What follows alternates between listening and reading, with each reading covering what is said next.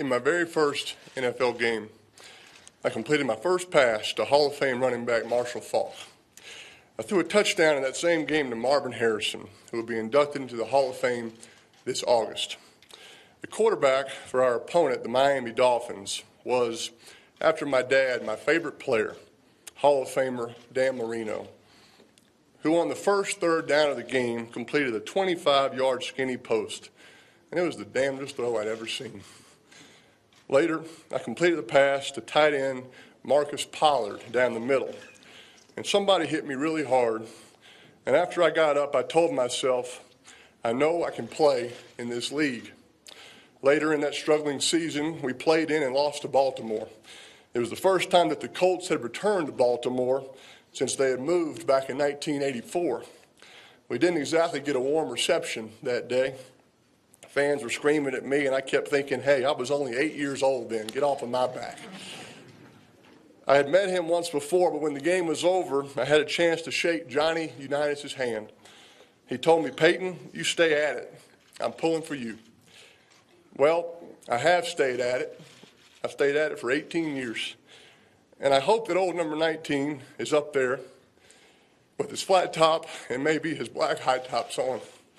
And I hope he knows that I have stayed at it, and maybe he's even a little proud of me. There's just something about 18 years. 18 is a good number. And today I retire from pro football. I want to thank the people of New Orleans and South Louisiana. New Orleans is my hometown, and of course they support their own team, the Saints, but they also support their own. And that city and state have backed me from the start. Almost 19 years ago to the day, I announced my decision to forego the draft and stay at the University of Tennessee for my senior year.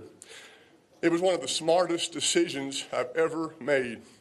I cherished my time in Knoxville, especially my senior year. And I want Vol fans everywhere to know the unique role that you've played in my life. Thank you to the Indianapolis Colts organization and all the fans across this country. You can't fathom how much I enjoyed my 14 years there, or the warmth that my family feels for you. I'd be wrong not to mention Jim Irsay, Phil Polian, some great coaches, support staff, and a host of wonderful Colts teammates, many of whom will be lifelong friends. When I was drafted by the Colts, Indianapolis was a basketball and a car racing town. But it didn't take long for the Colts to convert the city and state of Indiana into football evangelists. We ended my rookie season 3-13, and in the process, I set the NFL rookie record for interceptions, a record that I still hold today. Every year, I pull for a rookie quarterback to break that record. Andrew Luck, Matthew Stafford, Eli Manning, Cam Newton. I still kid Eli that he would have broken it if he had started all 16 games. In the beginning of my time in Indy, the team's struggles were agonizing. My grandfather would call me weekly to ask if his favorite announcers, John Madden and Pat Summerall, would be broadcasting our game. Pawpaw, I'd say, we're only 2-8 right now. We're playing the 3-7 Bengals. Madden and Summerall don't broadcast those kinds of games. Fast forward to my second year when we had gotten things going a little bit. We were playing the Dallas Cowboys, including Troy Aikman, Emmitt Smith, Michael Irvin, and Deion Sanders. I called Pawpaw. Guess what?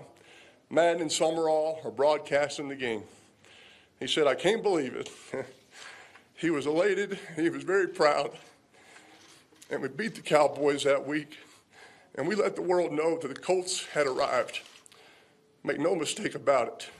We were coming. And we went on to do some phenomenal things, like winning at least 12 games 7 years in a row, and of course winning Super Bowl 41. And I was truly honored and proud to be a part of it. There's a saying that goes, treat a man as he is and he will remain as he is. Treat a man as he could be and he will become what he should be. When I visited Denver 4 years ago, if John Elway had sat me down and said, Peyton, here's what we're going to do. We're going to win over 50 games, win 4 straight division championships, lose only 3 division games in 4 years, and none will be on the road. We'll beat the Patriots in 2 championship games. You're going to win NFL Comeback Player of the Year, another MVP. Your offense will set single-season passing records. You'll break a couple more all-time records, and we'll go to a couple of Super Bowls. I think I would have taken that deal. John, you did tell me that, didn't you? Grateful is the word that comes to my mind when thinking of the Denver Broncos. I want to thank Pat Bowlen and his family, Joe Ellis, John Elway, John Fox, Gary Kubiak, and their staffs, and all the support people in this great organization. To all of my Denver teammates, thank you for what you've done for this old quarterback. And, of course, my gratitude to the Broncos fans everywhere. Over my NFL career, I've had 5 head coaches who helped me become better at my craft and helped me become a better human being. Jim Mora, Tony Dungy, Jim Caldwell, John Fox, Gary Kubiak. While I've obviously changed teams, I've had the same football representation for almost 2 decades. I owe Tom Condon many thanks. He has represented me with class at every juncture, and he'll always be a great friend. I want to thank a tremendous group of friends who have supported my football career and been at my side at games from high school to Tennessee, Indy, and through that incredible Broncos Super Bowl win last month. You know who you are and what you mean to me. And there is no way to measure or properly express what a family like mine can mean. Mom, Dad, Cooper, Eli, extended family, you are the best. And Ashley, your support is as potent a motivator as any man could have. Ashley's and my kids, Marshall and Mosley, have only been around for a couple of years, but they have changed my life forever. A week before the Super Bowl, our daughter Mosley asked me, "Daddy, is this the last game?" "Yes, Mosley, it's the last game of the season." "I sure do want you to win that trophy." "I do too, Mosley, and that's what we're going to try to do." Then she asked, "Daddy, is this the last game ever?" And that's just when I shook my head in amazement, because I was thinking Mort and Adam Schefter had gotten to my 5-year-old daughter to cultivate a new source.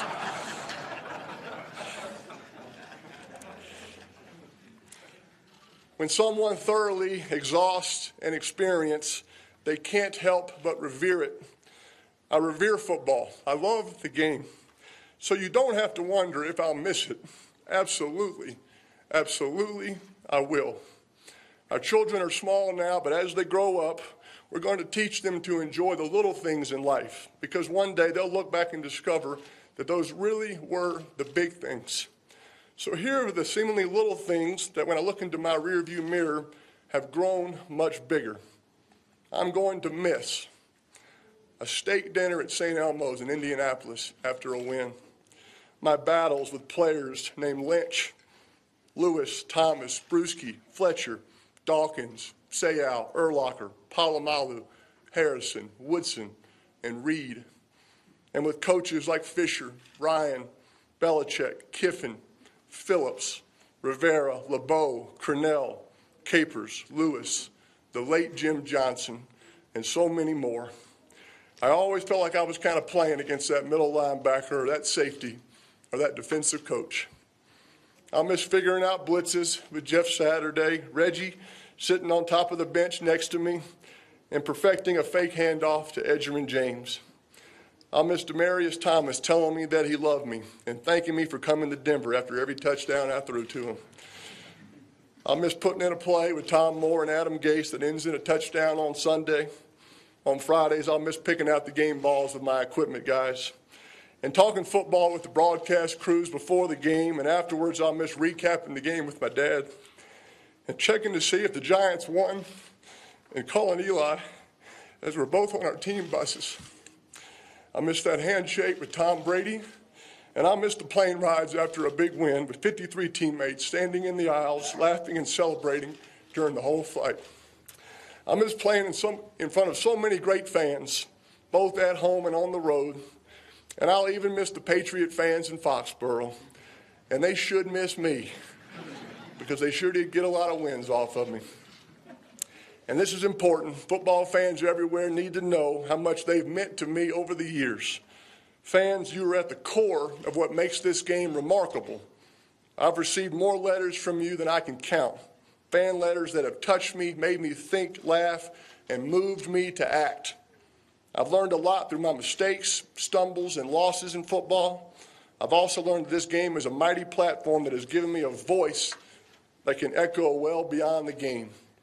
Football has taught me not to be led by obstructions and setbacks, but instead to be led by dreams. Due to some good genes, I'm smart enough to know that those lessons can enrich who I am and where I go from here.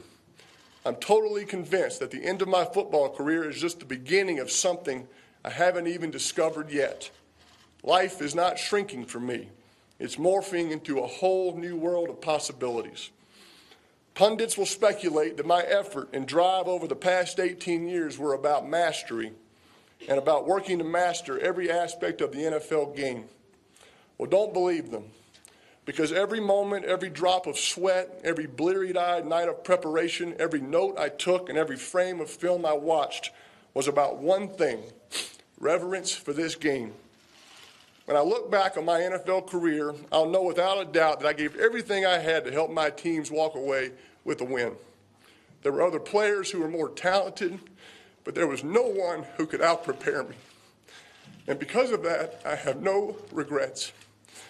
There's a scripture reading, 2 Timothy 4:7. I have fought the good fight, and I have finished the race. I have kept the faith. Well, I've fought a good fight.